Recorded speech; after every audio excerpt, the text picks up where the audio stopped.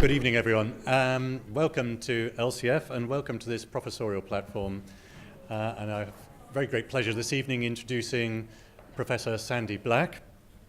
Sandy started her career at University of Brighton, or academic career, I should say, at the University of Brighton, and then moved to University of the Arts and the London College of Fashion, where she developed her multidisciplinary program in fashion studies and moved on then into Interrogating Fashion Network in 2005. Her publications have been extensive over this period of time, and I'm just going to draw your attention to her recent chapters, which just give you an idea of the scope of her work, and which I'm sure we're going to hear about more later this evening. And I think it's terrific. We've got, she's written recently a chapter, Knitting Technology Comes Full Circle, Nanotechnologies, Their Role in Sustainable Textiles, and Considerate Design for Personalized Fashion. And I think those three chapters alone give us a very good idea of the extent and breadth of her interest in this field. So it's with very great pleasure once again that I introduce Professor Sandy Black.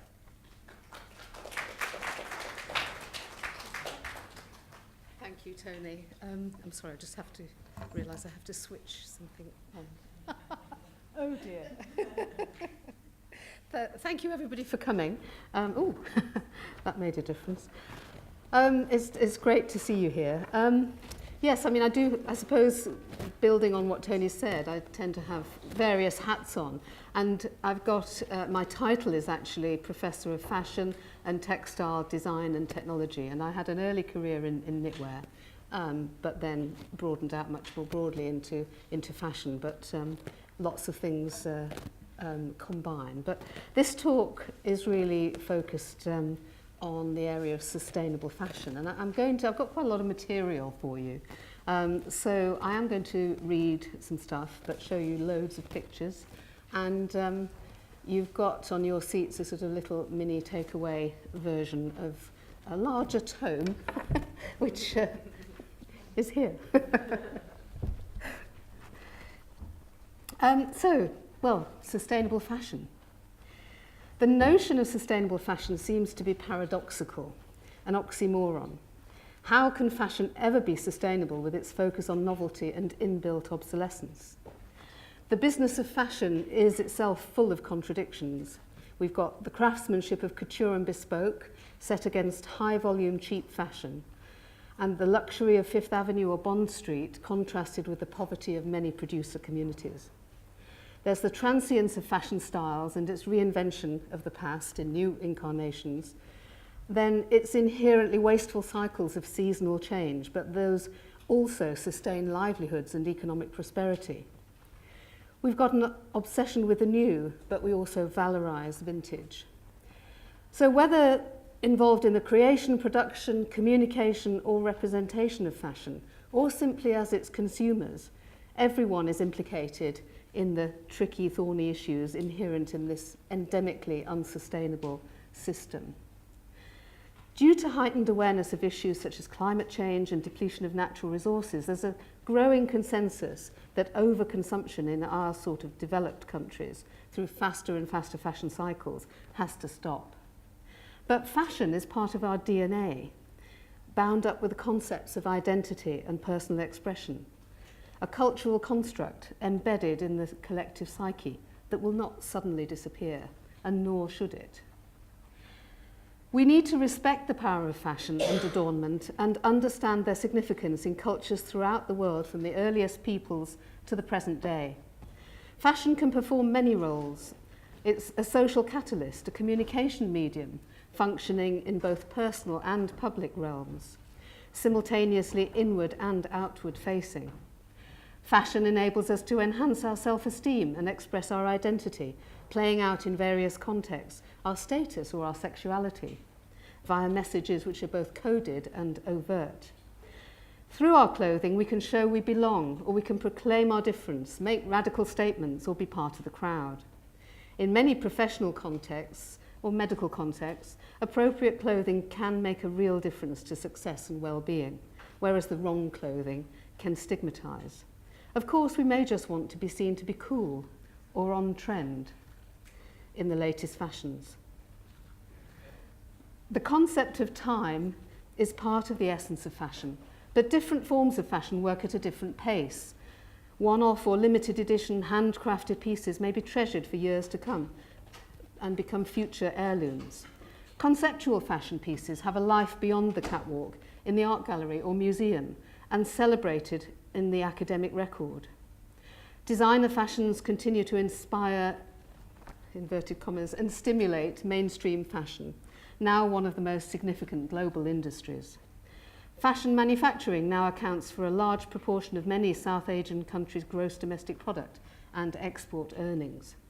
Fashion provides livelihoods, and sustainable fashion must continue to meet our personal and symbolic needs whilst addressing the problems associated with the fashion system.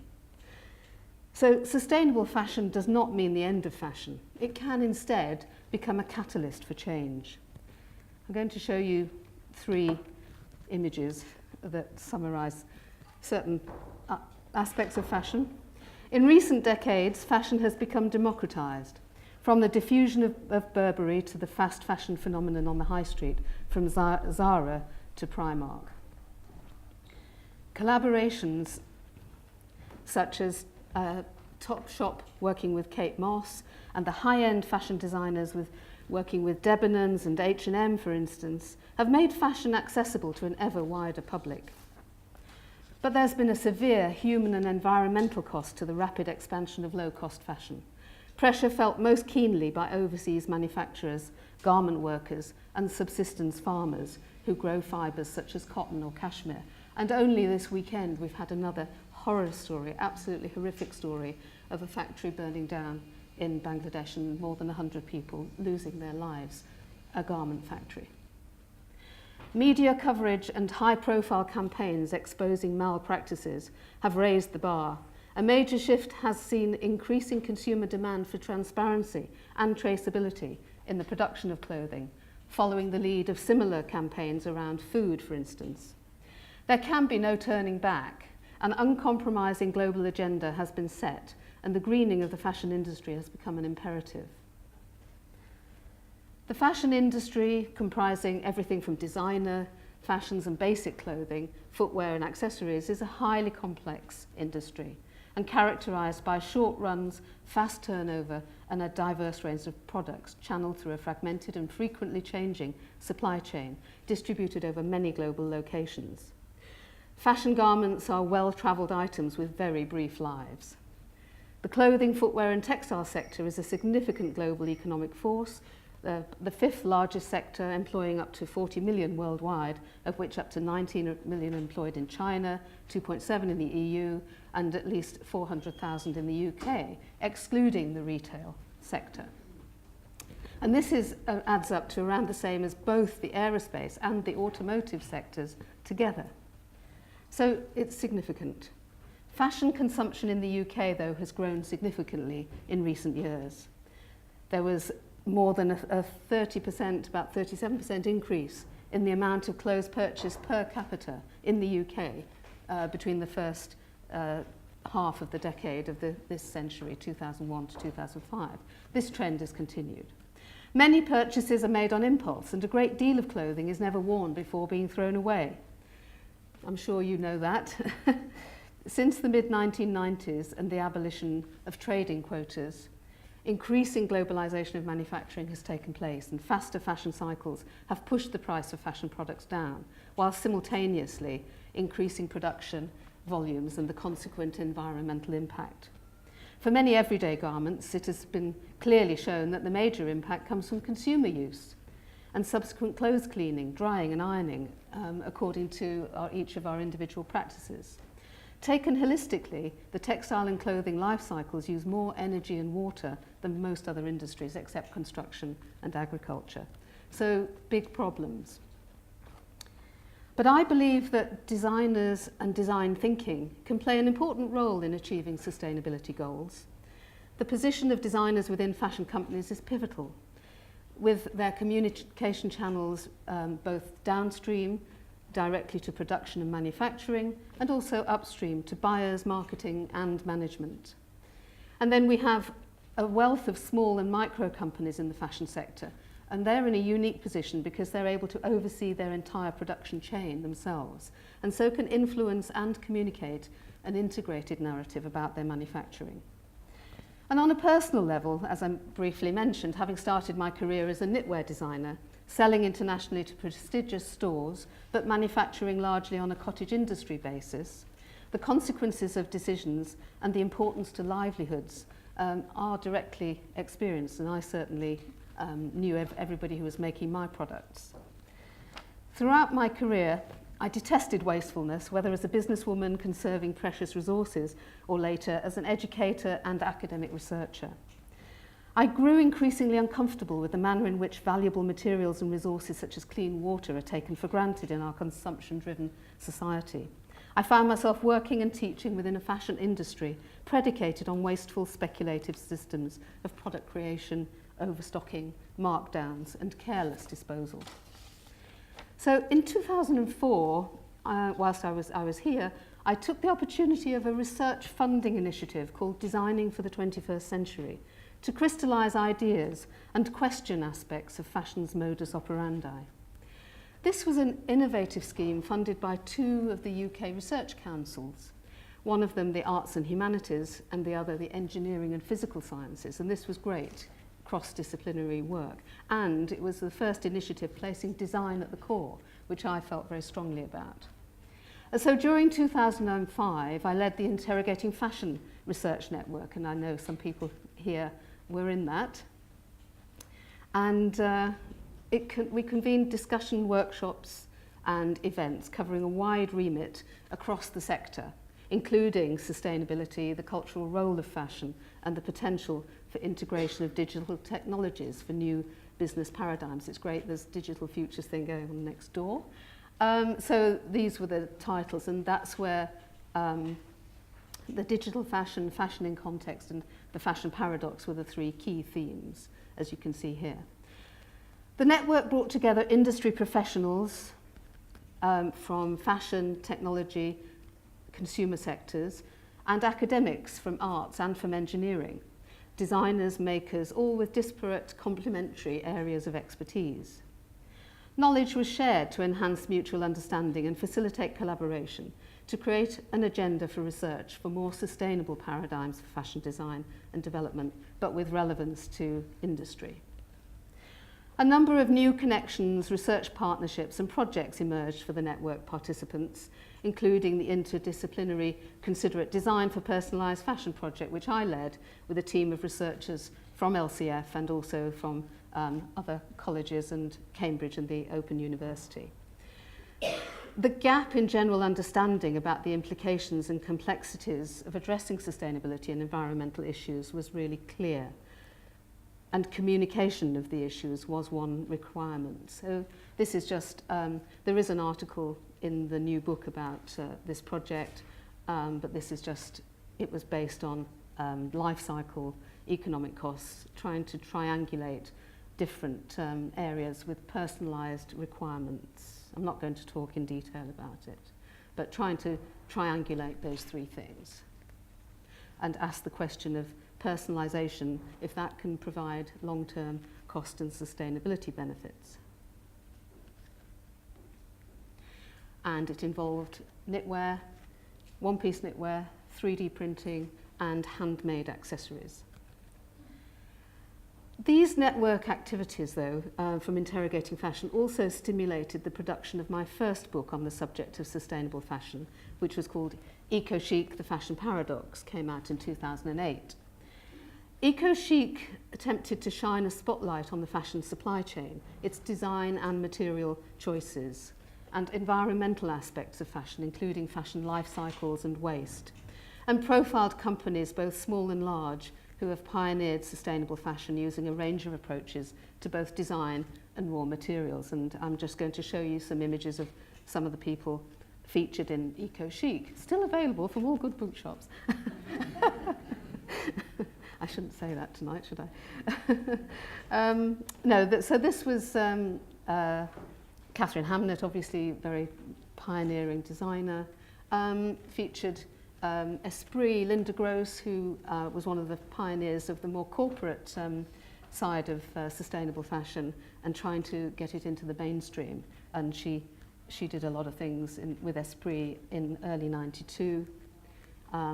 Organic cotton, there was a lot. I had to write a lot on materials because a lot of people felt that fashion was born in the shop. So organic cotton, and also that on actually here is, this is naturally coloured cotton, which doesn't need dyeing, and that had a resurgence in recent years. This company, Jürgen Lehl, one of my favourites from Japan, so it's rather dark, working very, very much with artisanal production and getting involved very personally, local production, using a lot of all the traditional Japanese and South Asian skills, and that's Jürgen Lehl there in Laos, who travelled a lot and sort of using really, really interesting ancient techniques and imbuing a lot of value.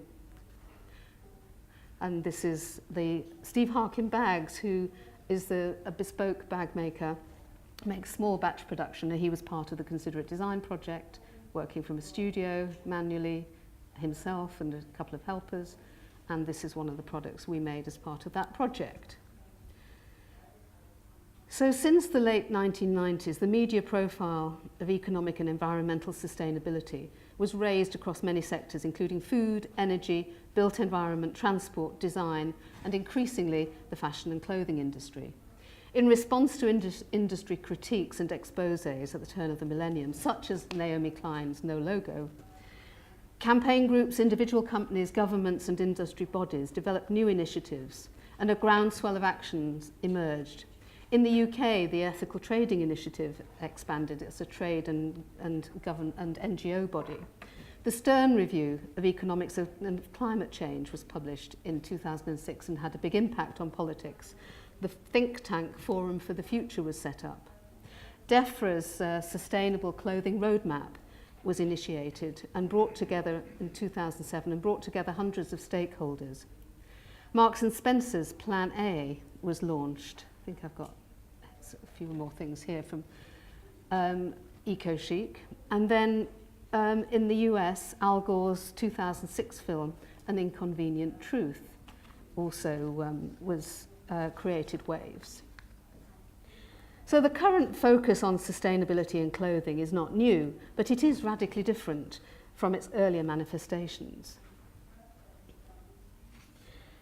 With a few exceptions, such as Esprit's e-collection, as you saw earlier, the wave of eco-fashion seen in the early 90s was judged by the fashion press as worthy rather than fashionable, and inevitably associated with the hippie movement of the late 1960s.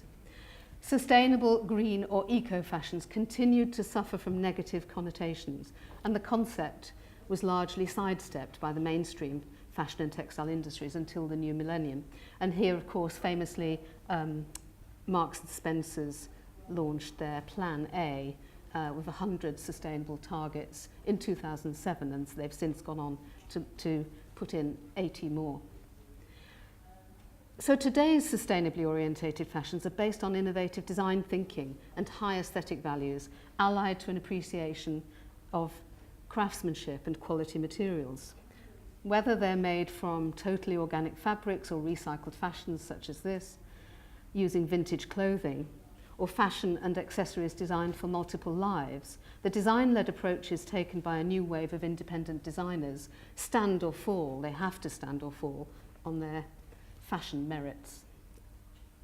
Importantly, these radical practices by small pioneering companies, together with recent government and industry initiatives, have succeeded in impacting the large mainstream clothing companies. Global brands such as Gap and Nike, companies that were previously identified as part of the problem with the ethics of the fashion manufacturing industry, have now become part of the solution towards more sustainable practices in the fashion industry.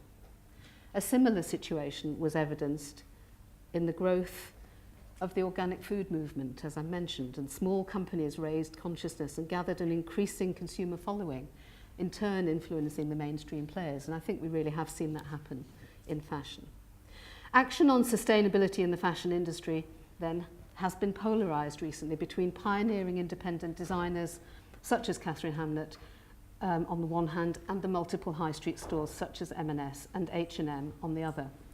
Because the buying and production power of a global retail company such as H&M means that even a small percentage shift, for example including some organic cotton in their fabric offer, can make a massive difference in the supply chain.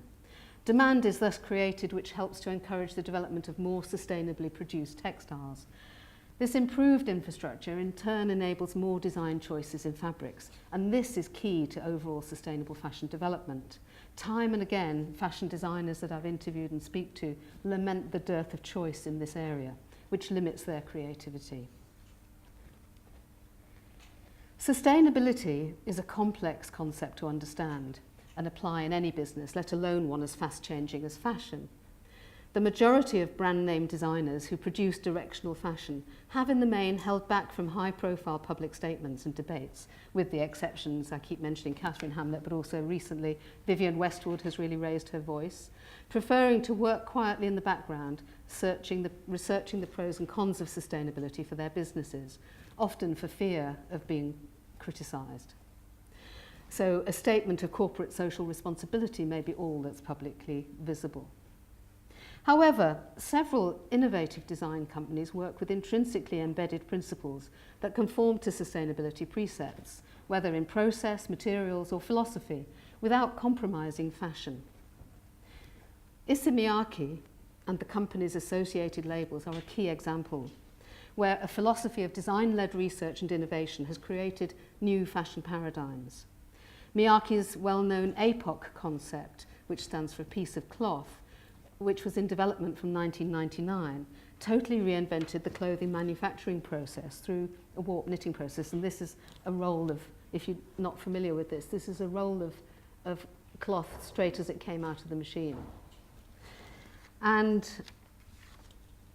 it was a one-step method of knitting. And then it was later applied also to weaving. So you could cut an entire wardrobe out of the piece of cloth without having to do any manufacturing processes, streamlining production. This is a woven version where the lay plan is already woven into the fabric. And his Pleats Please line, established as early as 1988, is functional, light and non-crushable. It's made from 100% polyester, which can be readily recycled, requires minimum energy in aftercare, it's very quick drying and needs no ironing, and is a durable fibre which, when pleated, maintains its unique visual aesthetic over its entire lifetime. So I think it's worth thinking about the status of natural versus synthetic. It's not always one is good, the other is bad. This is more of the APOC type work from Issey Miyake. In the years since 2007, the global financial crisis has impacted the infrastructure and operations of all industries, including fashion. Business methods came under increased scrutiny and fundamental issues of social justice came into media focus. The recent establishment of designer fashion groupings with an emphasis on ethically produced and environmental aware practices at the international fashion fairs shows how fashionable environmentally ethical and eco-fashion became. Ethical fashion shows have taken place in Paris, London and New York as the trend for ethical and environmentally aware fashion spreads. Aesthetica in London is now in its 6th year, featuring emerging design companies. However, I believe the long-term aim must be for sustainable fashion not to be singled out, but rather for sustainability to be embedded into the fundamentals of the fashion process. Over the past few years, despite the financial crisis, much activity towards sustainable fashion has been consolidated. It continues to develop. And in 2011, a new major industry initiative was announced in the United States, the Sustainable Apparel Coalition, developing tools for improving the environmental footprint of clothing products. This features remarkable cooperation between major brands, including Nike, Gap, Puma, and the Chinese manufacturers Li and Feng, amongst many others. It also represents the results of major investments for data gathering and is developing sustainability tools. In the UK, over this period, the government has created a focus on recovering textile waste as the next stage of its Sustainable Clothing Action Plan, which was published in 2009 and continues to be updated. The Nordic countries have recently established the Nordic Initiative Clean and Ethical, acronym NICE, for their fashion industry. Many established fashion companies are now moving to using a higher proportion of sustainable fabrics, including a resurgence in wool.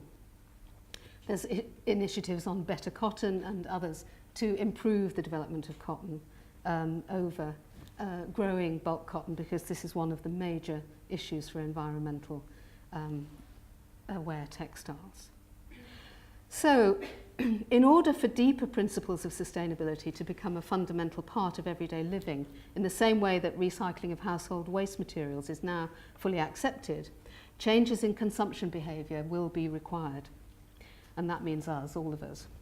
However, in Western consumer societies, this will be quite difficult to achieve, as people don't want to reduce their standard of living or become aesthetics. And therefore, strategies need to be adopted at a deep level of design and production in order to engage consumers and reward them, and then they can make a difference with their purchasing without necessarily having the soul searching and decision making, because the innovative thinking for sustainability ideally has already been built in. Sustainable strategies include not only post-manufacture and post-purchase doctrines of reduce, reuse, recycle, which is now becoming very familiar, but also pre-manufacture design and production, aiming for lower consumption of higher quality, longer lasting goods. Getting rid of the built-in obsolescence is really the aim. As a consequence, reversing the trend of the previous decade, higher prices in mainstream clothing will be needed to reflect the true value of production, which will in turn itself encourage less consumption. Design for the end of life and disposal, or better still for reuse, is part of an approach that's now commonly known as cradle to cradle, after the seminal book by William McDonough and Michael Braungart in 2002. This approach regards all waste as feedstock for the same or another system, either biological or technological, and comprises a stringent set of systems requirements in which no materials are lost but are reused or converted to useful energy. So closed-loop systems and a circular economy are the new holy grail, and that's what's being talked about. So in my latest book, The Sustainable Fashion Handbook, and you've got a mini version in your hands, I've tried to capture the new fashion landscape, including many different perspectives on relevant issues from a wide range of contributors, and exploring current and future developments. It reflects the interdisciplinary nature of fashion's complex ethical and ecological dimensions, as manifested in the production, consumption, marketing, and representation of fashion, which often within the industry involves a lot of conflicting priorities that need to be reconciled. In an attempt to answer some of the wicked questions around sustainable fashion, the handbook highlights new narratives that are emerging from a growing number of companies, both small and large, and from individuals who are helping to transform practices towards a more sustainable fashion industry. The realities of operating in the design of fashion sector or at the mass market level of fashion are both reflected. Creating a compelling narrative behind the products offered engages the consumer at a more emotional level with product purchases, and importantly generates trust in the label or brand by developing transparency in the supply chain behind the retail offer. So I'm going to show you a number of projects, companies that exemplify a range of different ways in which sustainable fashion can be approached, because there is no one right answer, there's a multiplicity of answers. And the book attempts to answer some of these questions by showing what is being done, what can be done, and what might be done in the future. And it's arranged in 5 sections, so I'll run through a few of those now. The first section looks at fashion cultures. There are essays and interviews and expert commentaries and so on in each of the sections, and information. And this looks at very much the business of fashion as well, and then how we might start tackling this. And all these chapter openers that were especially commissioned photography by one of our, the photographer Gavin Fernandez, who was here until quite recently.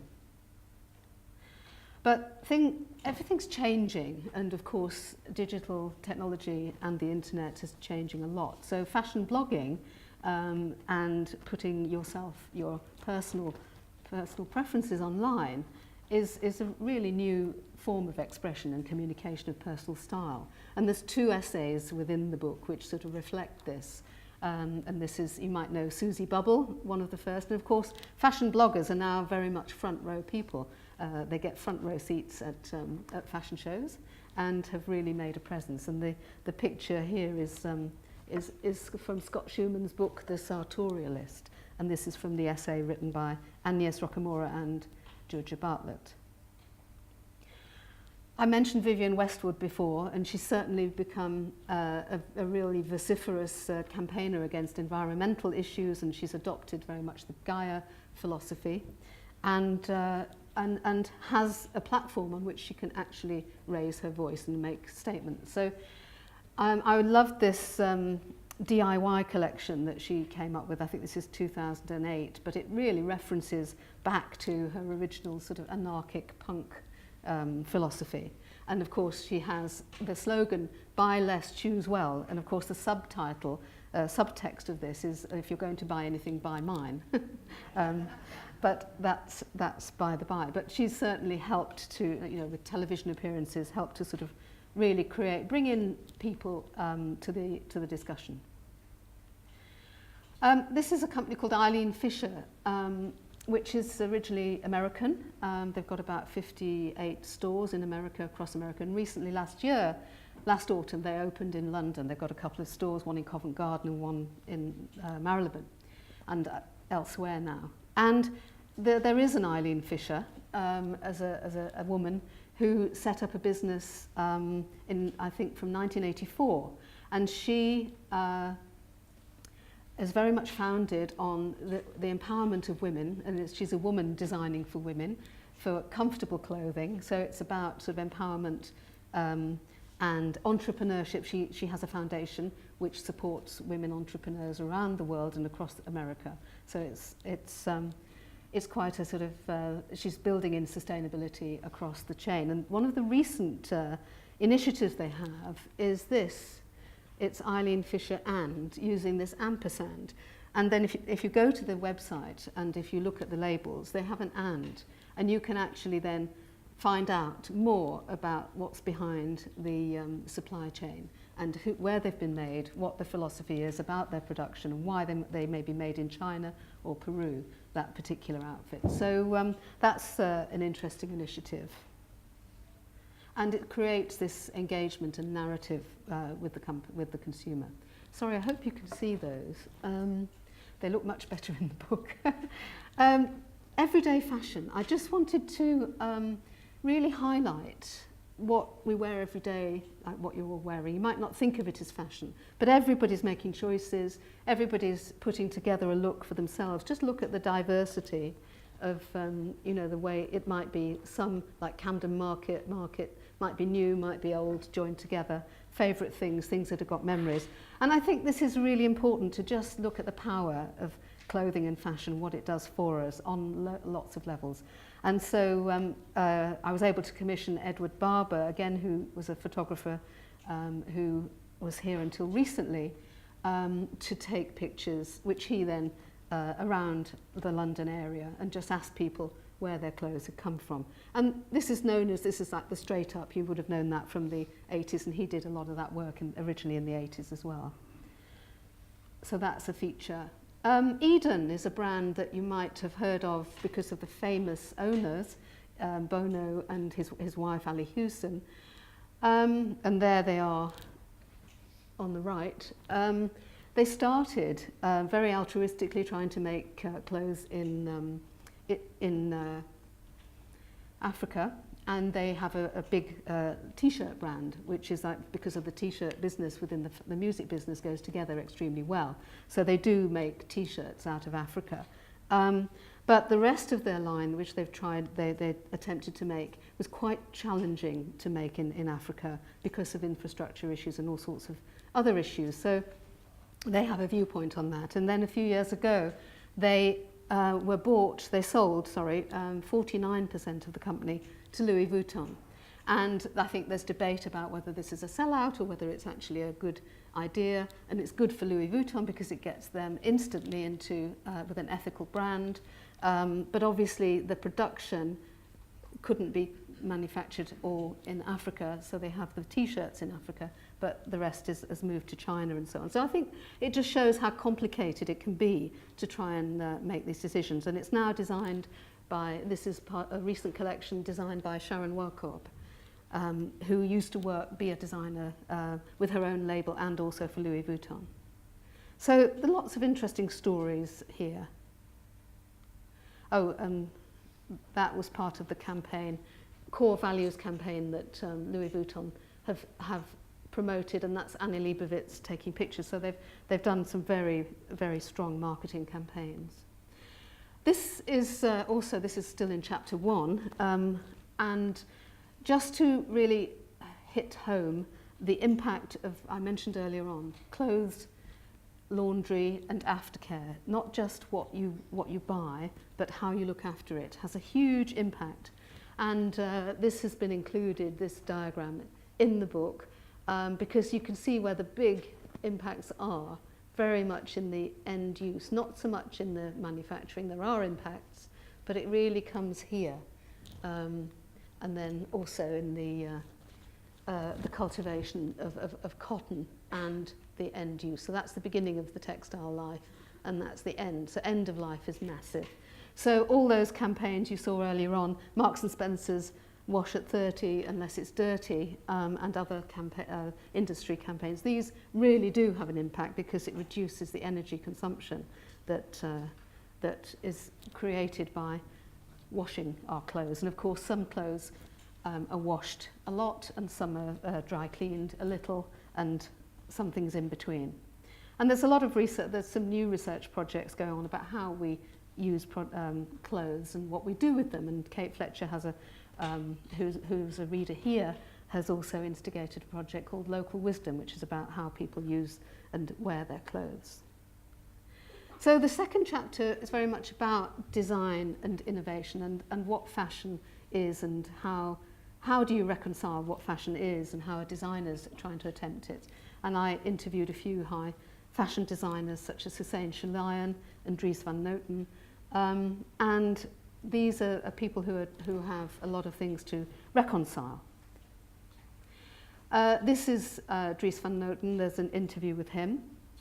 But just to show you some of his work, he's very well known for working with artisans, particularly craftspeople in India, and has a real appreciation for cloth and fabric, coming from a tailoring background originally, and he's still an independent business. And this is a close-up of the sort of decoration which is on this jacket, taken from sort of military style, but this is of course hand-produced in India. And the value of that is something that is communicated through the brand values, and is something that Dries van Noten is very keen on. But on the other hand, he also uses a lot of digital printing. So textile development is very important in his work, and you can see here this very subtly coloured garment, which is quite hard to achieve. But yes, some of his collections, some of these prints would possibly are digital printed. So it's quite interesting, the mix of technologies, but a lot of it is supporting communities.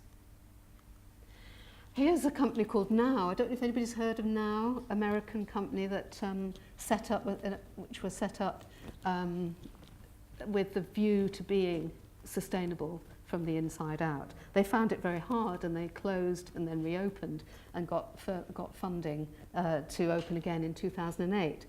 And very much the issues that they are working with are materials issues, but they're also perception issues. They trotted out this the idea that there's still this perception that sustainable clothing is all about hemp and burlap. So I'm surprised, but there it is. That's still what saddles sustainable fashion. But I'm hoping that that's becoming less and less of a perception. But they're very much committed to producing in as sustainable way as possible, and you can read what they're. But again, you wouldn't look at this clothing and think, oh, that's sustainable fashion. It's just clothing that's designed for very particular sorts of markets and users, and it's quite practical, but it's how it's been considered. Here's one of my favourite companies. They're called Bless, Inés Carg and Desiree Hyacinth Inés Carg, and they work between Berlin and Paris. They've got offices in both. Again, that looks quite dark to me, but they are a small collective, very small actually, and they make products for lifestyle, for need, and they have the most interesting take on things. And they sometimes a collection can be just a product, and they do things like car covers, and one of the favourite things of mine is they do these cable jewellery, recognising that cables are trailing everywhere when we have our computers, and so they decorate the cables. And they were given an opportunity for a retrospect, so they do quite sort of innovative work, but it's about continuity, and the strap lines that they have, one is fits every style, so it's about a sort of universal design for as many people as possible. And the other strapline is themelessness, so it's not predicated on seasons and fashion. They actually keep a continuity of products, so you can still buy products from their earlier ranges, and they just have numbers on them. And they were asked to do, these two images are from a retrospective in Rotterdam that was held in 2005, and at that time it was their 10th anniversary. But they didn't really want to do that, but they created an ambience and an environment, and they created these wallscapes. So they've created products in an environment, in a sort of trompe-l'oeil environment. And so they're very interesting, and their clothes are always very interesting as well. So have a look at them. But it's really about, one of their comments is, it's about the person, sustainability could well just be about the person next to you, and I thought that was an interesting comment to think about. This is, there's a couple of pieces about on Nike, I mentioned them before. They are now doing a huge amount and have put a lot of money into investing in systems, materials index system, considered design process that they're trying to implement throughout their business. I'm not expecting you to read this, by the way, except for the headlines. But they have, over a period of time, created a lot of initiatives, and this is one where the soles of the shoes of the trainers can be recycled and reuse a shoe. I think they called it in the late 90s, they started that. And so that's grown and grown, and they're now one of the key players in the Sustainable Apparel Coalition that I mentioned before. So interesting, a journey over when you think about what was said about them at the turn of the millennium. So this is a considered trainer. That means that they're trying to minimize the impact on the environment. Here's one of my favorite companies. It's United Nude, which is from the Terraplana stable. And anybody who was here on the 8th for the round table for the launch, it's Galahad Clark was involved in this company. But this is also a company that has input. It's a highly design-led company, and they do high fashion shoes which are really architectural designed. Rem Koolhaas was involved in this company, and they create very interesting shoes. This one, for instance, is a moulded one-piece shoe. And if you think of a trainer, we saw trainers in the previous slide, they have about 50 pieces or more that have to be assembled. Very complicated. I may have underestimated that. This is a one-piece moulded shoe. So when you look at the balance of the sustainability and looking at the monitoring of it, it may well be that this, what might be a synthetic polymer, although it's more sustainable in a way, because if it can be recycled and go into a loop, then it's more sustainable than a natural materials in a trainer, leather trainer, or even their upcycled fabric ones. So this is their Mebius, another virtually one-piece design, based on the Mebius strip, and this boot here is also in the similar line. And this footwear is called Fold, and it's sort of recolored. It's again made in only really a couple of pieces, so the actual sort of manufacturing of it, processing of it is minimal. So I think that's a very interesting company, and also this is made in China, and Galahad Clark is actually a Chinese scholar and is able to go to China and converse in Chinese, and so is really able to audit and inspect the manufacturing plants. So I think that gives a lot of credibility to what they're doing. This is another very interesting story and a narrative. This is Father Andrew Moore O'Connor, who's a Catholic priest from the Bronx. And he started a company called Goods of Conscience, and he first of all, and Sacred Art Heals, because he practices through sort of doing and making things, and he also had some arts background and started making sacred art and things for his church. And he started using, if you look at this carefully, these are trousers with a sort of reflective strip built into them, and it's the same in here. And he developed this fabric called social fabric that was made by some weavers in Guatemala, and there's a one in the picture. And then the fabric is taken to the ladies in the Bronx and is sort of locally produced, and they're available. And I just think this is the most amazing story, because what he really wants to do is create, it's about community, and it's about, and the soul of the parish is making, is a quote from him. And it's so interesting that a Catholic priest has got the sort of arts background. Obviously he's got people helping with pattern cutting and so on, but the concepts are very much his, and I really think that's a fantastic story. And here's another one about, this is from the article that Dilys wrote, who's from the Centre for Sustainable Fashion, and very much here, these are photographs from the Shared Talent Africa project, which is a collaborative working between designers, young designers, from student designers from the UK, going over either to Africa the first time and then also to India to do these shared talent projects. And you can read all about that and also talk to Dilys about it. And these are fabulous photographs of the results of the workshop from Gavin Fernandez again. And so this was jewellery making. But it's about collaboration, it's about communication, and it's about being in a shared space and respecting others' talents. And this is some of the Shared Talent India project, which was a DEFRA-funded project. And this is a picture of one of the results photographed by Kerry Dean. And this is painting of fabric. So all of these, the people were taken to workshops, and so they could experience at first hand what actually takes place. And so this shared experience. The third chapter is very much about livelihoods and also the transparency and the issues within the supply chain and the craft of fashion, and also how it's being regulated. So there's some articles on certification and so on, but how the fashion industry is going a bit greener. And here is an article by Lizzie Parker and Sam Mayer, who were involved with Labour Behind the Label and the Clean Clothes campaign.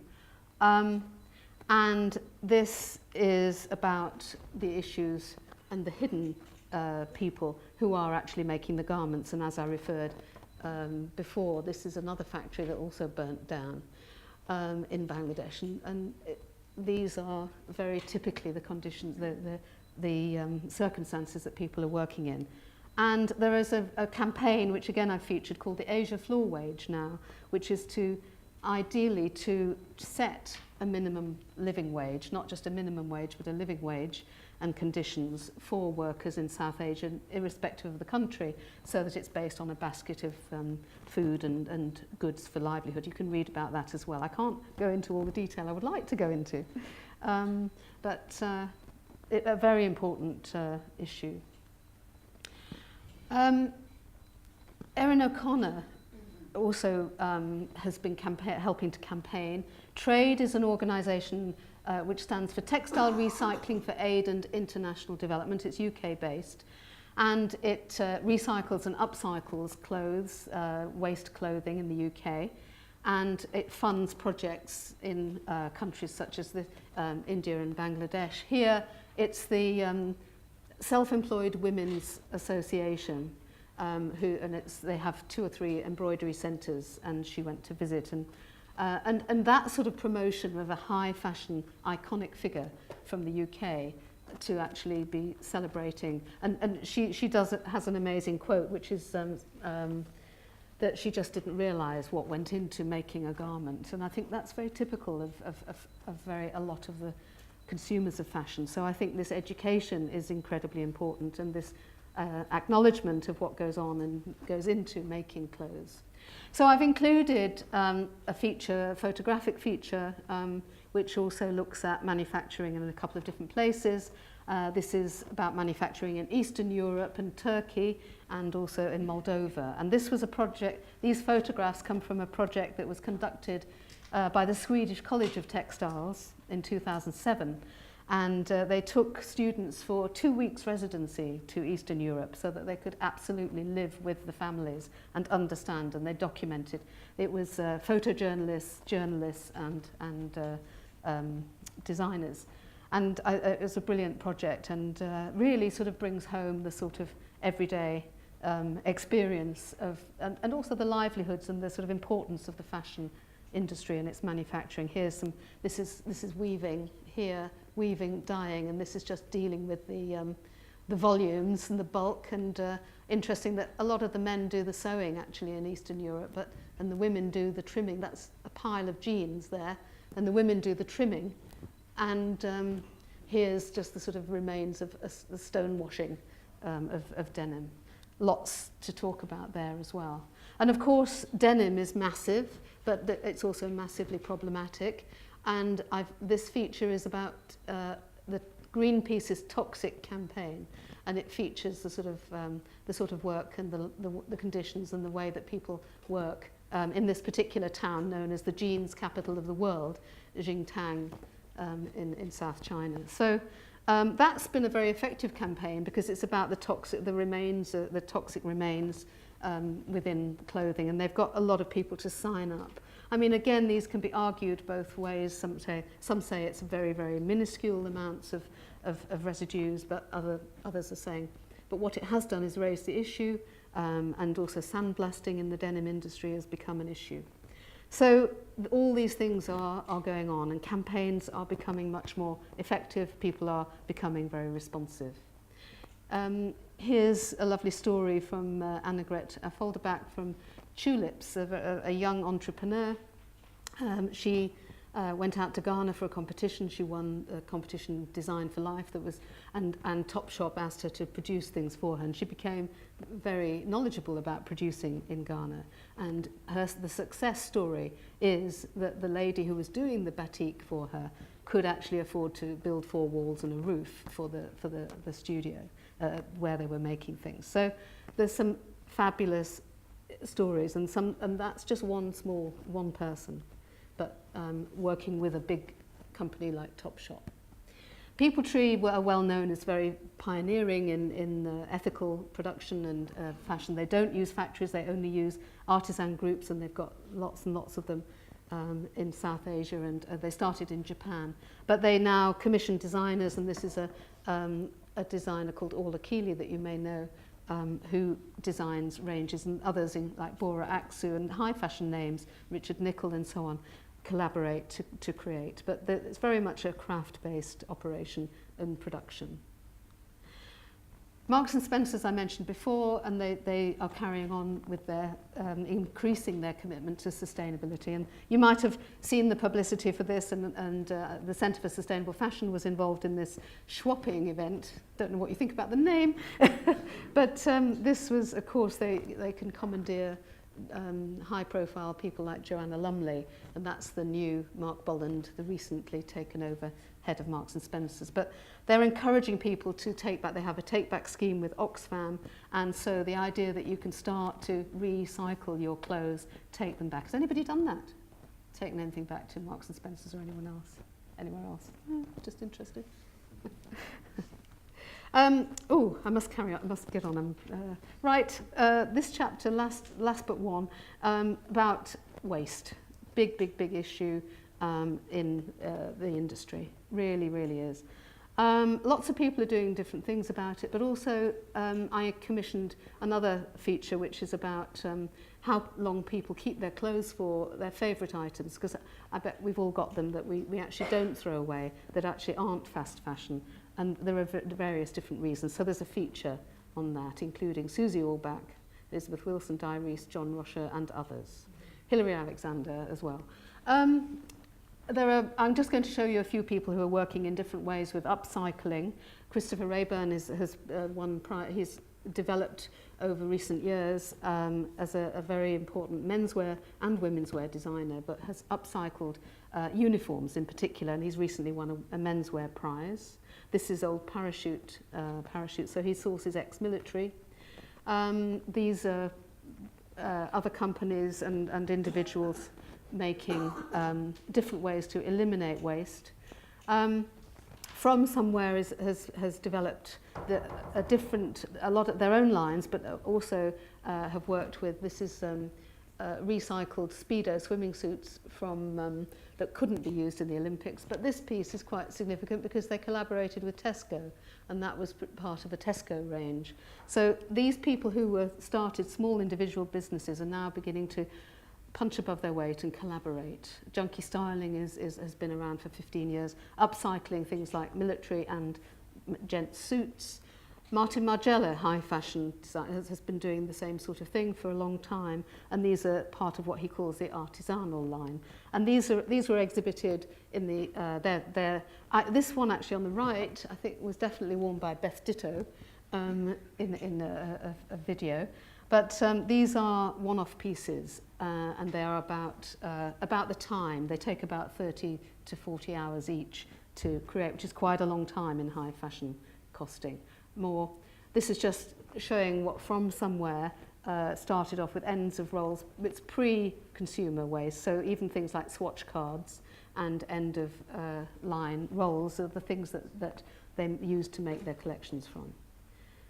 Recycling as it affects India. There's an article about this is work which this has come from the UK. That's a UK sorting office, and that has come from the UK to be sorted in India and to go for recycling to make often refugee blankets in actual fact. So, and here's one of our ex-students who is trying to set up an initiative in China for redesigning dead stock, which is stuff that's already in a warehouse. It's already garments, but trying to get them restyled so that they're not just burned and wasted. Slow fashion. This is a well-known hand embroidery company in America. And, sorry, no, never mind. Just to finish off with the last group, another approach to sustainable fashion is through technology and new ways of doing things, and that I think is really significant. So there are lots of people doing research in different ways of doing things, and different business models, new systems, new ways of thinking about how we make fashion, such as it's not just the business as usual carrying on. Business as usual will carry on, but I think it's really important that we look at research actually develops new things. So this is the work of Manel Torres, who graduated from the Royal College of Art, fashion trained, but thought really about a new paradigm, which is really about spray-on fabric. And so he over the last 12 years has developed, after he did a PhD, he collaborated with Imperial College and has got a business called Fabrican, and is in the process of commercialising various things. In fact, it's not fashion, it's medical uses that are the first ones, but he's also created amazing things for film. So watch that space, really, because that's all very, very new. And he has been recycling fibres, such as cotton, to use in the spray-on peel-off, basically.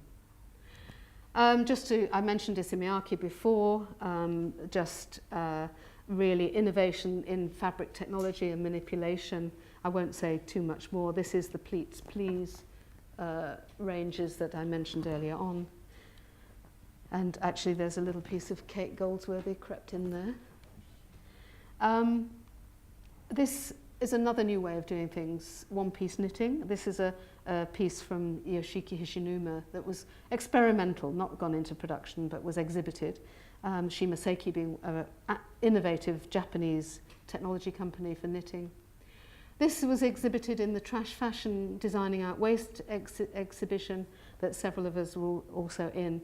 And this is a fantastic, from India, it's weaving we're used to knitting to shape, but this is woven to shape.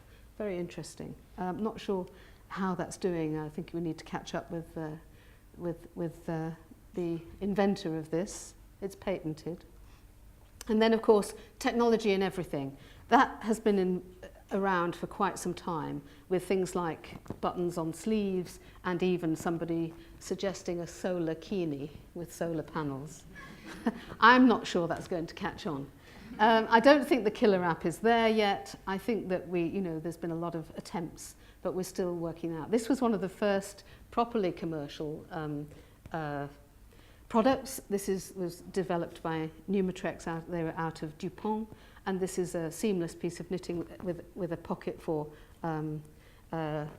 putting in your solar cell, and it will pick up through electronic fibers. It will pick up your heart rates and so on. And they've now been taken over by Adidas, so it must be good. These people, Cute Circuit, they're just two people who have developed lots of interesting conceptual ideas. They've also worked with the entertainment industry a lot, lots of LEDs, but they're quite low power. And they're doing very interesting things and thinking about the whole life cycle as well. And then this is the big buzz of the moment, 3D printing.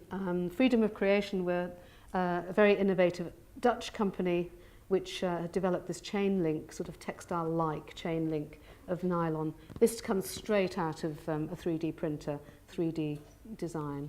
And so now products are being developed. And did anybody go to the 3D print show that was on in London a few weeks ago? So it's really becoming much more mainstream now.